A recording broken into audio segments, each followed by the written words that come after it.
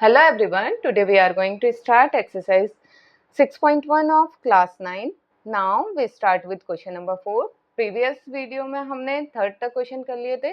चलिए fourth question देखते हैं. In figure 6.16, if x plus y is equal to w plus z, then prove that AOB is a line. अब क्या कह रहा है कि x plus y, जो x plus y है वो z प्लस w के इक्वल है, w प्लस z के इक्वल है. तो हमें प्रूफ करना है AOB is a line. AOB एक लाइन है. तो वो कैसे प्रूफ होगा? अगर x प्लस वाई और w प्लस z 180 के इक्वल आ जाए. तो 180 के इक्वल तभी आता है जब एक ही लाइन पे एंगल बनते हैं. तो अगर ये दोनों 180 के इक्वल आ जाता है तो हम कह सकते हैं AOB इज एक लाइन है. ठीक है, AOB इज अ लाइन. हम तब कहेंगे जब x प्लस वाई और w प्लस जेड 180 के इक्वल आ जाए. चलिए इसे कैसे प्रूफ करेंगे हम. और हमें पता है कि इन सभी को अगर हम सम करते हैं तो क्या बन जाएगा? एक कंप्लीट एंगल बन जाएगा. तो हम सभी एंगल का सम कर देंगे. तो x plus y plus w plus z is equal to 360 degree. क्या है ये? Complete angle.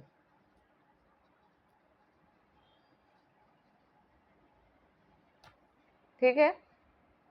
अब x प्लस वाई हम ऐसे ही रहने देते हैं और w plus z is equal to 360 degree.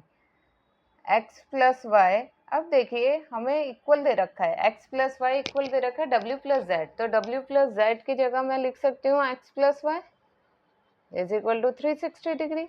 अब x plus y plus x plus y तो कितना हो जाएगा? 2x प्लस वाई ना, 2 टाइम्स है ये. तो हम मैं लिख सकती हूँ 2 times x plus y is equal to 360 degree. x plus y is equal to 360 degree upon में ये 2 मल्टीप्लाई में था, डिवाइड में आ गया. तो x plus y is equal to 2 से हम डिवाइड करेंगे, ये कितना आ जाएगा? 180 डिग्री. तो यहाँ पर हमारा क्या आ गया? x प्लस वाई क्या आ गया? 180 डिग्री. अब जब x प्लस वाई 180 डिग्री आ गया तो हमें पता है since x plus y equal है w प्लस जेड के, इसलिए w प्लस जेड भी कितना होगा? 180 डिग्री. ये भी 180 डिग्री आ गया, ये भी 180 डिग्री. इसलिए AOB इज अ लाइन. ठीक है, हो गया प्रूफ. Hence proved.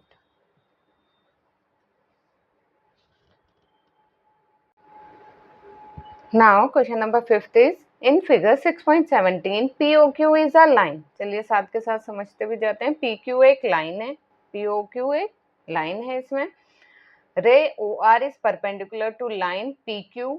OR जो है वो परपेंडिकुलर है PQ पर. OR परपेंडिकुलर है PQ पर. चलिए हम इसे लिख लेते हैं. OR is perpendicular to PQ. ठीक है, ये हमें गिवन है. OS is another ray. OS is another rays lying between rays OP and OR. OP और OR के बीच में एक रे है OS. Prove that, हमें प्रूफ करना है ROS ये वाला जो एंगल है वो हाफ है QOS माइनस POS. ठीक है, QOS में से POS को माइनस करेंगे, उसका 2 गुना है ROS. 2 इधर ले जाएंगे तो 2 गुना होगा. ठीक है, अब हमें गिवन क्या दे रखा है? OR परपेंडिकुलर है PQ पर. तो ये तो हमें 90 डिग्री दे रखा है. ठीक है, परपेंडिकुलर है तो ये 90 डिग्री है और ये भी 90 डिग्री होगा. जब ये 90 डिग्री है तो ये भी 90 डिग्री होगा दोनों. तो हम इनको इक्वल लिख सकते हैं. मैं लिख सकती हूँ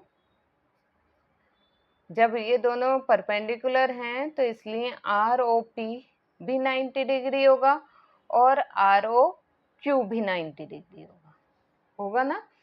ROP ये वाला एंगल भी 90 डिग्री होगा दोनों मिलाकर, और ये वाला एंगल भी 90 डिग्री, क्योंकि RO परपेंडिकुलर है PQ पर. ठीक है, तो मैं जब ये दोनों 90 डिग्री है तो इन दोनों को मैं इक्वल भी लिख सकती हूँ, आर ओ पी इक्वल है आर ओ क्यू के।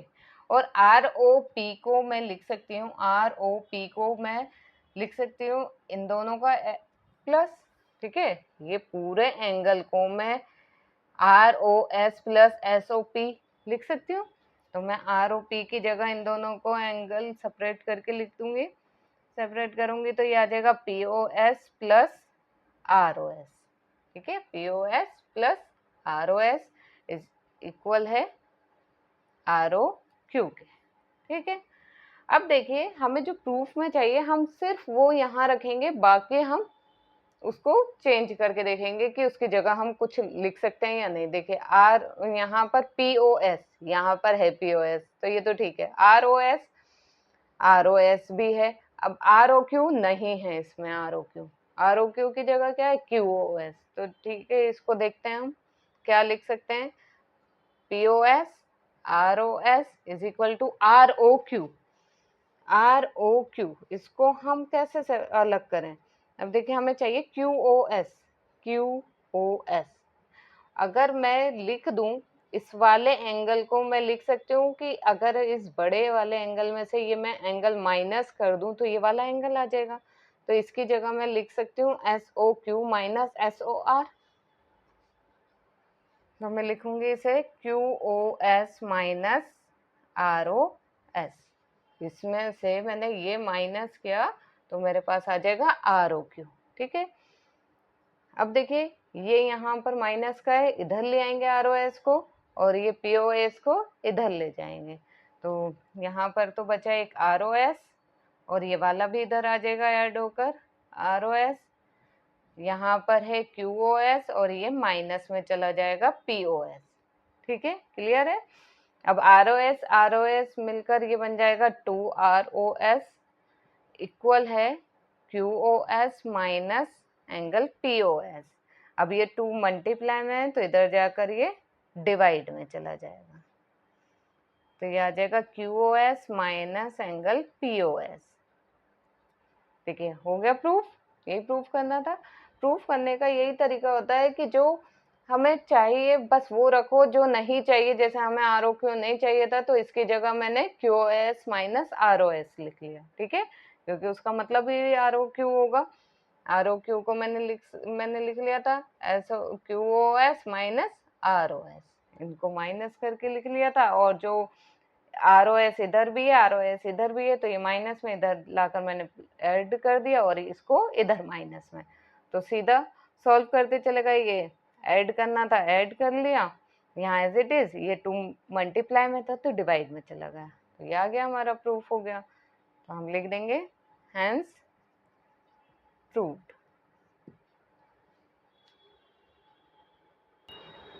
अब क्वेश्चन नंबर 6, ये इस एक्सरसाइज का लास्ट क्वेश्चन है।